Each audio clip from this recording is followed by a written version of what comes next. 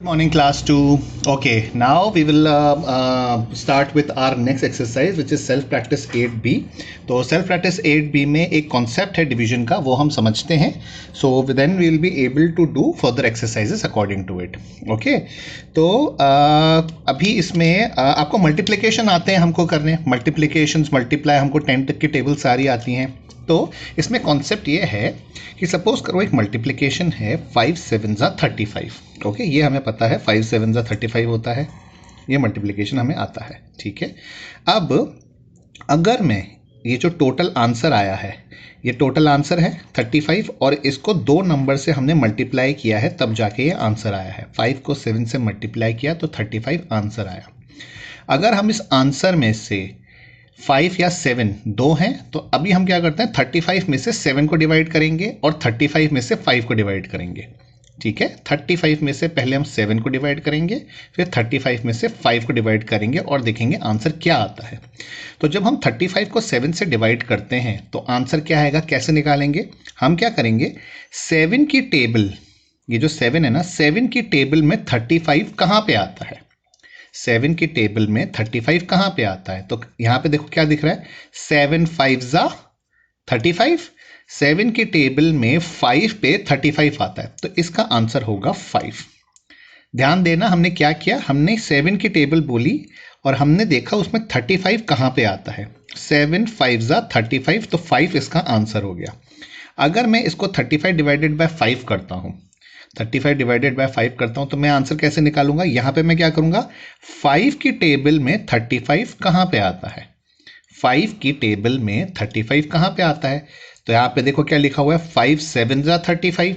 तो 5 की टेबल में 7th प्लेस पे 35 आता है तो इसका आंसर हो जाएगा 7. ठीक है, तो अगर हम इस कॉन्सेप्ट को यहाँ पे जो मल्टीप्लिकेशन, इसको अगर हम हटा देते हैं, ठीक है, अगर मैं इसको छुपा देता हूँ तो यहाँ पे अगर ऐसा क्वेश्चन आता है 35 डिवाइडेड बाय 7 तो आपको क्या करना है, 7 की टेबल बोलनी है 35 तक. 7 1 ज़ा 7, 7 2 ज़ा 14, 7 3 ज़ा 21, 7 4 ज़ा 28, 7 5 ज़ा 35.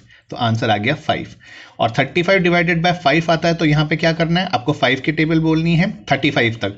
5 1 ज़ा 5, 5 2 ज़ा 10, 5 3 ज़ा 15, 5 4 ज़ा 20, 5 5 ज़ा 25, 5 6 ज़ा 30, 5 7 ज़ा 35. तो इसका आंसर हो गया 7.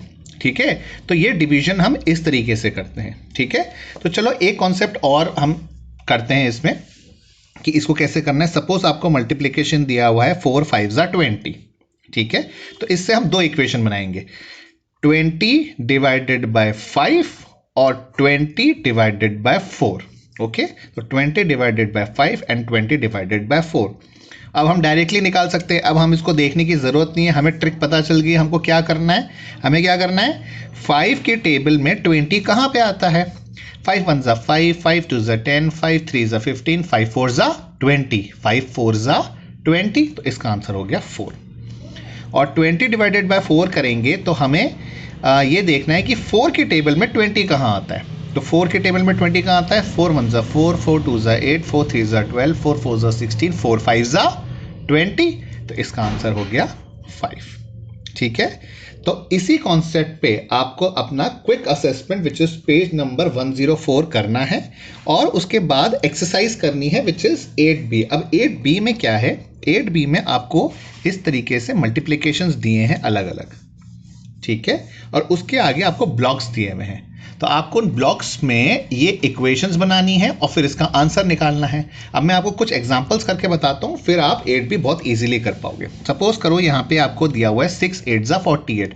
दो इक्वेशन कैसे बनेगी, 48 में से 8 डिवाइड करेंगे, ये बन गया 48 8, और 48 में से 6 डिवाइड करेंगे, ये बन गया 6. ठीक है, अब हमें क्या करना है, 6 की टेबल में 48 कहाँ पे आता है, 6 1 ज़ा 6, 6 2 ज़ा 12, 6 3 ज़ा 18, 6 4 ज़ा 24, 6 5 ज़ा 30, 6 6 ज़ा 36, 6 7 ज़ा 42, 6 8 ज़ा 48, 6 8 ज़ा 48, 6 8 ज़ा 48. इसका आंसर 8 आ गया. अगर यहाँ पे 48 डिवाइडेड बाय 8 है तो हमें क्या करना है, 8 की टेबल बोलनी है 48 तक. 8 1 ज़ा 8, 8 2 ज़ा 16, 8 3 ज़ा 24, 8 4 ज़ा 32, 8 5 ज़ा 40, 8 6 ज़ा 48, 8 6 ज़ा 48. हमारा आंसर आ गया. ठीक है, तो इसी तरीके से हमको करना होता है। कुछ एग्जांपल्स करते हैं थोड़ी प्रैक्टिस के लिए, फिर आप उसका एक्सरसाइज 8B आप खुद करेंगे। सपोज करो ये दिया हुआ है, तो इक्वेशंस कैसे बनेंगी? 12 में से 3 डिवाइड करेंगे, 12 में से 3 डिवाइड करेंगे एंड 12 में से 4 डिवाइड करेंगे, 12 में से 4 डिवाइड करेंगे। इक्वेशन बन गई। अब हमें क्या करना है?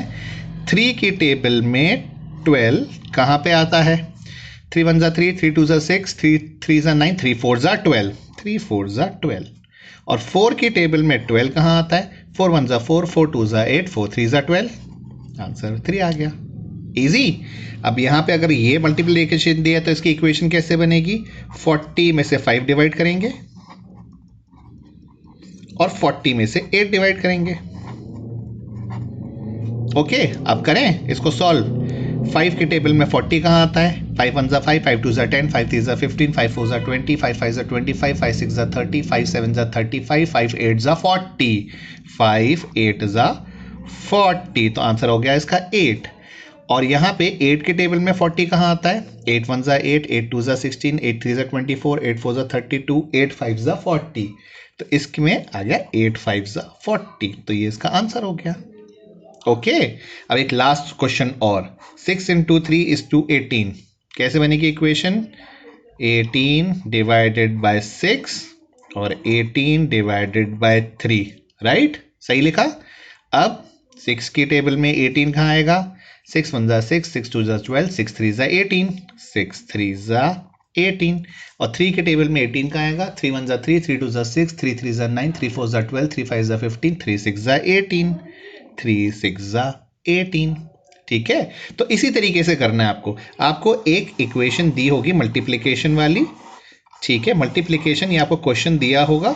आपको ऐसी 2 इक्वेशंस बनानी है इनसे और फिर उनको टेबल्स बोल के इनके आंसर्स निकालने हैं। ठीक है, यही एक्सरसाइज 8B में आपको करना है। उसमें 4 डिफरेंट क्वेश्चंस दिए हुए हैं, उसको आप इक्वेशंस बनाइए ऐसे एंड देन उसको टेबल्स बोल के इसको सॉल्व करना है।